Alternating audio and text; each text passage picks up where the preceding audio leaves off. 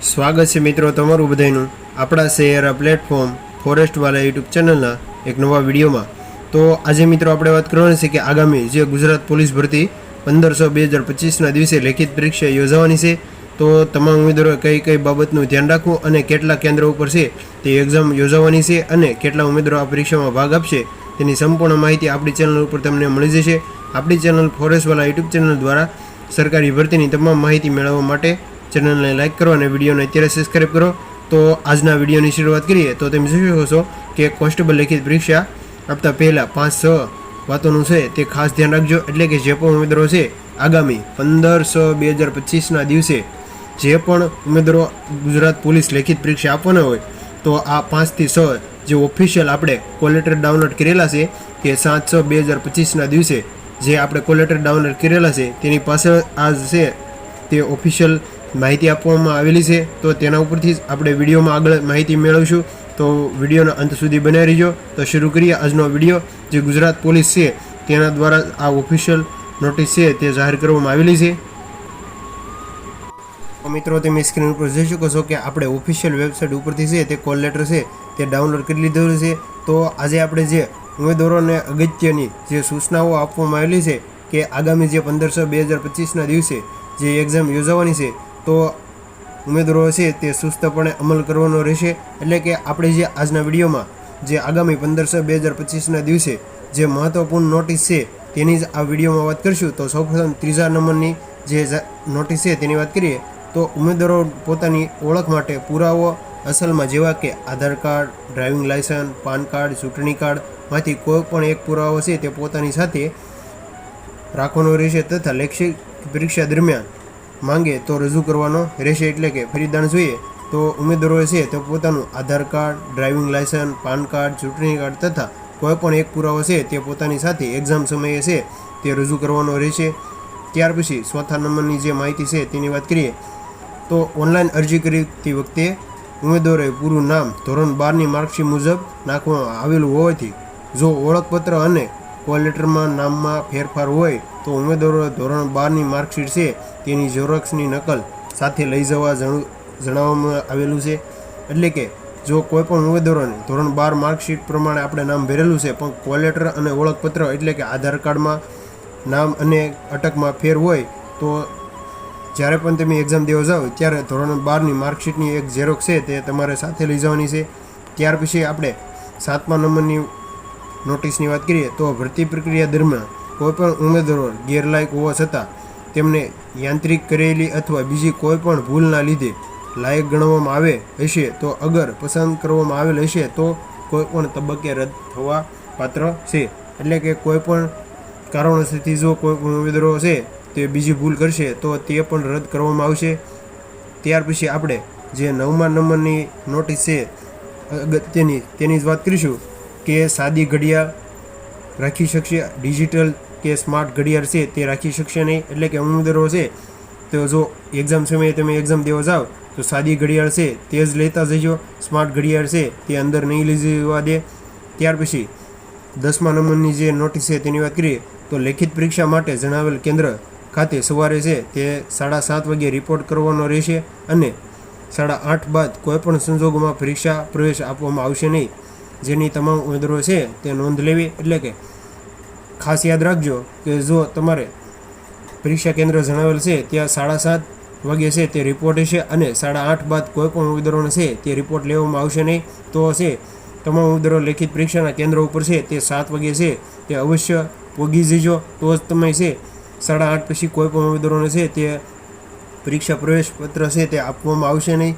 ત્યાર પછી આપણે છે 11મા નંબરની નોટિસની વાત કરીએ તો લેખિત પરીક્ષા માટે ઉમેદવારો બાયોમેટ્રિક ફોટોગ્રાફી વેરિફિકેશનની કામગીરી પરીક્ષાના દિવસે કલાકે 7:30થી શરૂ કરવામાં આવશે, જેની તમામ ઉમેદવારો નોંધ લઈ ફરીદાણ જોઈએ તો લેખિત પરીક્ષા ઉમેદવારો એટલે કે બાયોમેટ્રિક ફોટોગ્રાફી વેરિફિકેશન છે આપ સૌને ખ્યાલ હશે કે આગામી જે લોકરક્ષકની એક્ઝામ યોજાતી ત્યારે પણ જે પણ ઉમેદવારો છે તેનું વેરિફિકેશન કરી 7:30 ટાઈમ આપેલો છે ત્યાર પછી શરૂ કરવામાં આવશે।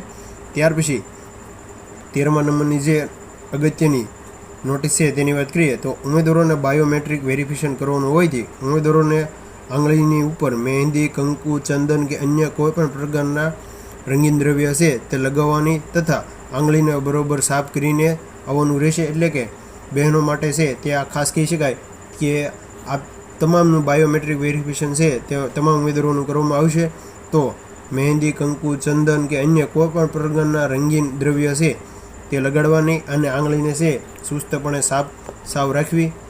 ત્યાર પછી આપણે 15મા નંબરની જે માહિતી છે તેની વાત કરીએ તો પરીક્ષા ચાલુ થયા પછી જ્યાં સુધી પરીક્ષા પૂર્ણ ન થાય ત્યાં સુધી કોઈ પણ ઉમેદવારોને છે પરીક્ષા વર્ગખંડ છે તે છોડવાનો નહીં. પરીક્ષા પૂર્ણ થતાં વર્ગખંડ નિરીક્ષક રજા આપે ત્યારે જ ઉમેદવારો વર્ગખંડ છોડવાનો રહેશે. ઉમેદવારો માટે પીવાની પણ સગવડ છે તે અંદર જ કરવામાં આવશે. એટલે કે તમામ ઉમેદવારો છે જે પાણીની સુવિધા પણ અંદર જ તમને વર્ગખંડમાં મળી રહેશે. ત્યાર પછી 16મા નંબરની વાત કરીએ તો પુસ્તકો, કાગળ, લખાણ, સાહિત્ય, મોબાઈલ ફોન, ઇયરફોન, કેલ્ક્યુલેટર વગેરે જેવી વીજાણુ સાધનો રાખવા નહીં. જો આવી વસ્તુમાં આપની સાથે મળી આવે તો આપ તમે ગેરલાયક ઠરશો. તેમજ આવી વસ્તુઓમાં જપ્ત કરવામાં આવશે.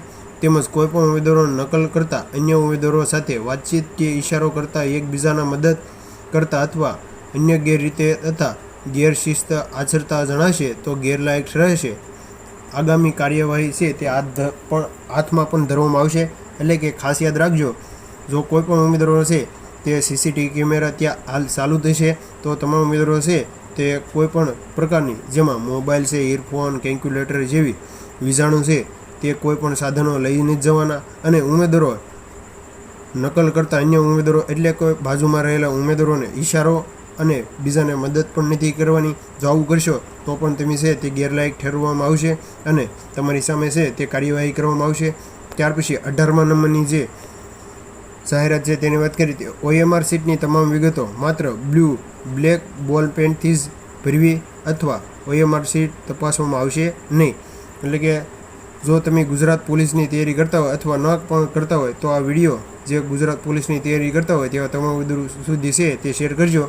તો 18મા નંબરની જે જાહેરાત છે તેની વાત કરીએ તો OMR સીટ એટલે કે આપ સૌને ખ્યાલ હશે કે OMR સીટ છે તે માત્ર બ્લુ અને બ્લેક બેઝ પેન છે તેનો ઉપયોગ કરી શકશો અને OMR સીટ તપાસવામાં આવશે નહીં. જો આ બે બોલપેન સિવાય કોઈ પણ ત્રીજી બોલપેનનો ઉપયોગ કરવામાં આવશે તો તમારી છે તે OMR સીટ તપાસવામાં જ નહીં આવે. તમે જોઈ શકો છો OMR સીટ સફેદ શાહીનો ઉપયોગ નિષેધ છે. એટલે કે જો કોઈ પણ ઉમેદવારો છે તે સફેદ વાહીનો ઉપયોગ કરશે તો તેની સામે છે તે OMR સીટ છે તે જોવામાં જ નહીં આવે. અને જો કોઈ પણ ઉમેદવારો કોઈ પણ પ્રશ્ન જવાબ સફેદ શાહીનો ઉપયોગ કરશે તો તે જવાબ ખોટો ગણી અને 0.25 ગુણ કાપવામાં આવશે. OMR સીટમાં છેકછાળવાળા જવાબો, ખોટા જવાબો, ખોટી પદ્ધતિ ભરેલ જવાબો અથવા કોઈ એકથી વધુ જવાબોને નેગેટિવ ગુણ ગણાશે, જેની નોંધ લેવી. એટલે કે તમામ વિદ્યાર્થીઓ છે તે ખાસ યાદ રાખવું કે OMR સીટમાં છે તે બ્લુ અથવા બ્લેક પેનનો જ ઉપયોગ કરવાનો રહેશે તથા સફેદ પેનનો ઉપયોગ કરવામાં આવશે તો તે પ્રશ્ન છે તમારો રદ કરી અને 0.25 એટલે કે તે તમારો ખોટો પાડી અને 0.25 ગુણ છે તે તમારા મેળવેલા ગુણમાંથી બાદ કરવામાં આવશે. OMR સીટમાં છે ચેકશાકવાળા જવાબો કે ખોટા જવાબો વારંવાર ભરેલા હશે તો પણ છે તે તમારા 0.25 છે તે માર્ક છે તે રદ કરવામાં આવશે. ત્યાર પછી 21 નંબરની નોટિસ છે તેની વાત કરીએ કે OMR સીટમાં પ્રત્યેક પ્રશ્નો ABCD પૈકી કોઈ એક પ્રશ્ન છે તે ઉમેદવારોએ છે પ્રશ્ન આપવાનો પ્રયાસ કરવાનો રહેશે. જો ઉમેદવારો કોઈ પણ પ્રશ્નનો જવાબ ABCD વિકલ્પમાં આપતા ન હોય તો OMR સીટમાં વિકલ્પ E નેગેટિવ આપેલ છે તે પસંદ કરવાનું રહેશે. એટલે કે 21 નંબરની જે નોટિસ છે એટલે અગત્યની સૂચના તે ખાસ યાદ રાખજો કે જો ઉમેદવારો OMR સીટમાં ABCD પૈકી કોઈ પણ છે તે પસંદ નહીં કરવામાં આવે તો તેને છે નેગેટિવ માર્ક 0.25 છે તે કાપવામાં આવશે. અને જો ABCD કોઈ પણ પ્રશ્ન નથી કરેલો અને જો E વિકલ્પ પસંદ કરેલો છે તો તમારો છે તે નેગેટિવ માર્ક છે તે નહીં કાપવામાં આવે, તેની ખાસ યાદ રાખજો. ત્યાર પછી 22મા નંબરની છે તેની વાત કરીએ તો પરીક્ષા નિયમો મુજબ ઉમેદવારો પાર્ટ Aમાં ઓછામાં ઓછા 40% અને પાર્ટ Bમાં ઓછામાં ઓછા છે તે 40% ગુણ અલગ અલગ મેળવેલા હશે તેવા જ ઉમેદવારો છે તે ક્વોલિફાય ગણવામાં આવશે. એટલે કે આપ સૌને ખ્યાલ હશે કે 40 માર્ક છે લાવશો તો જ તેમ છે તે પાર્ટ એ અને પાર્ટ બીમાં પાસ ગણાશો તો જ તમારો વેરિફિકેશનમાં ડોક્યુમેન્ટ વેરિફિકેશન આગળ ગણવામાં આવશે. ત્યાર પછી લાસ્ટમાં વાત કરીએ જે 26મા નંબરની છે. જો ઉમેદવારો કોઈ પણ મુશ્કેલી જણાય તો ભરતી બોર્ડ મોબાઈલ નંબર જે તમે સ્ક્રીન ઉપર જોઈ શકો છો. તો જો કોઈ પણ ઉમેદવારોને છે તે કોલ લેટર બાબતે કોઈ પણ માહિતી મેળવી હોય તો સવારે 10:30 થી રાત્રિના 6 વાગ્યા સુધી છે તે તમામ ઉમેદવારો છે તે ઓફિશિયલ જે નંબર આપવામાં આવેલો છે ટોલ ફ્રી નંબર જે તમને સ્ક્રીન ઉપર બતાવે છે તેના ઉપર જઈ અને કોલ ઉપરથી માહિતી મેળવી શકશો. તમે જોઈ શકો છો કે ઉમેદવારો અન્ય કોઈ તકલીફ જણાય તો જરૂરી પુરાવા સાથે ગુજરાત પોલીસ ભરતી બોર્ડ કચેરી બંગલા નંબર ગેટ 12 છે ત્યાં જઈ અને ઉધની નજીક ગાંધીનગર તેમ જોઈ શકો ખાતે સવારે 11 થી સાંજના 3 વાગ્યા સુધી છે તે તમામ ઉમેદવારો છે ત્યાં જઈ અને રજૂઆત કરી શકશે.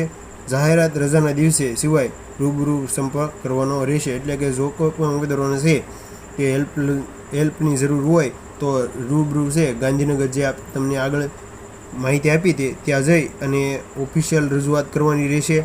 અને જાહેરાત રજાના દિવસે કોઈ પણ છે તે જવું નહીં અને રૂબરૂ સંપર્ક કરવાનો રહેશે. તો જો આ વિડીયોને બને તેટલો શેર કરજો. જે ગુજરાત પોલીસની તૈયારી કરે છે તેવા મિત્રો સુધી છે આ વિડીયોને શેર કરજો. તો મળીએ એક નવા વિડીયો સાથે. ત્યાં સુધી બન્યા રહેજો.